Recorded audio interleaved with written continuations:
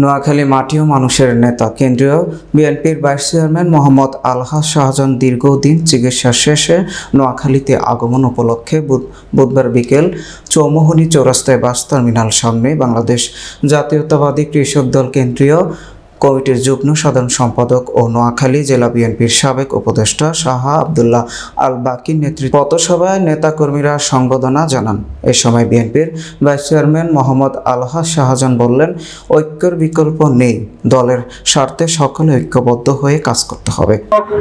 মোহাম্মদ শাহজাহান ভাই একটু আগে বক্তব্য রেখেছেন, ওনার বক্তব্য রাখার পরে আর কথা বলার সুযোগ নেই। শুধু আমি এইটুকু বলবো, ভাইরা আমার, 17 বছর রাজপথে আন্দোলন সংগ্রাম করে স্বৈরাচার ফ্যাসিস্ট মুক্ত হাসিনা মুক্ত বাংলাদেশ গড়া হয়েছে।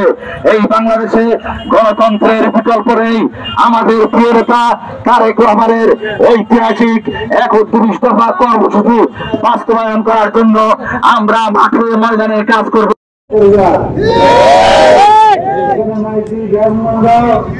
নোয়াখালী রংপুরে কোনো থাকতে না, আমার রংপুরের নেতা বিএনপির কর্মী, ছাত্রদলের কর্মী, আমাদের কর্মী দেবে